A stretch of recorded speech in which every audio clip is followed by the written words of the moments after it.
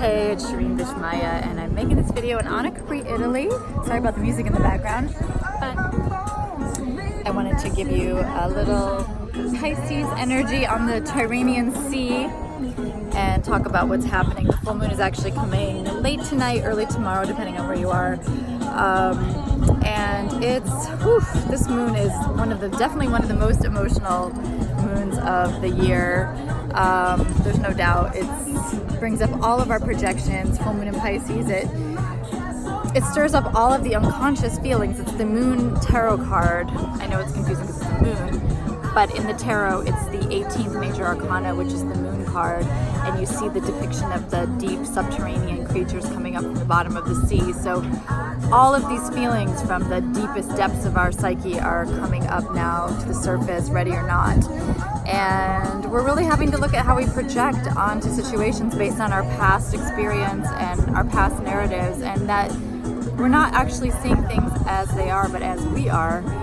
And we're really shown this during the Pisces full moon more than ever, more than any other time of the year. All of those deep sensitivities, and often the victim complex will come up during the full moon in Pisces. I call it the victim-perpetrator complex, where within each victim is a perpetrator, and within each perpetrator is a victim, and we're having to really look at how both live within inside of us, and there's no escaping, there's no blaming and no escaping the truth that when we play the victim, there is a perpetrating energy in that too. There's often a very aggressive energy when we are crying victim. Of course, there's times when we are legitimately victimized, I don't mean that, but when we replay it, there's can often be a very aggressive energy that comes from it, where we're very needy and a lot of people have to cater to us, and we don't even realize how much we're demanding in that moment because we're living out something from the past. Whereas when we're on the side of the perpetrator, often it's our inner victim crying out and trying to aggress against somebody. So you can kind of see how it's a loop or a circle, and you're probably noticing your dynamics, your own personal dynamics over this past week, revealing how that it's a continuum between victim and perpetrator. And of course, the full moon in Pisces is balancing out the Virgo energy. So the Virgo sun, Pisces moon polarity, where probably the Virgo in us wants everything to be a little bit more systematic, organized, streamlined, and Pisces is very fluid, chaotic, no plan. I keep saying this is kind of the full moon of like the gods laugh while we make plans and while we try to keep everything organized and together, and the gods have other ideas for us. So this is the moon where you have to kind of accept the unknown, the chaos, the confusion, things unraveling, things disillusionment, a lot of material showing up in your dreams around maybe where you thought something was one way but it's actually another way, maybe some wounding or victimization from your past coming up, past traumas. It's definitely an emotional, messy ride right now, so give yourself permission to cry as much as you need to feel everything you need to feel.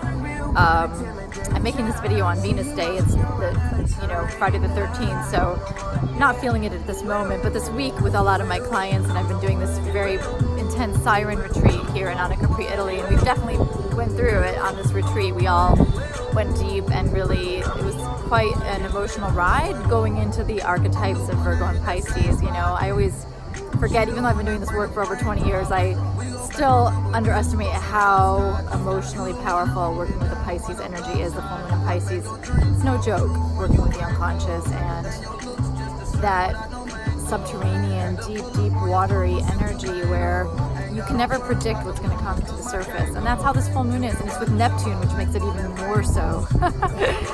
It's like Pisces times 1,000 right now. So, and Pisces is, one of the more mysterious signs. It's more than an amalgam of the previous 11 signs, but it's got an aspect of everything. It's the oneness, it's the way everything dissolves back into the ocean. So you can just get the visual here.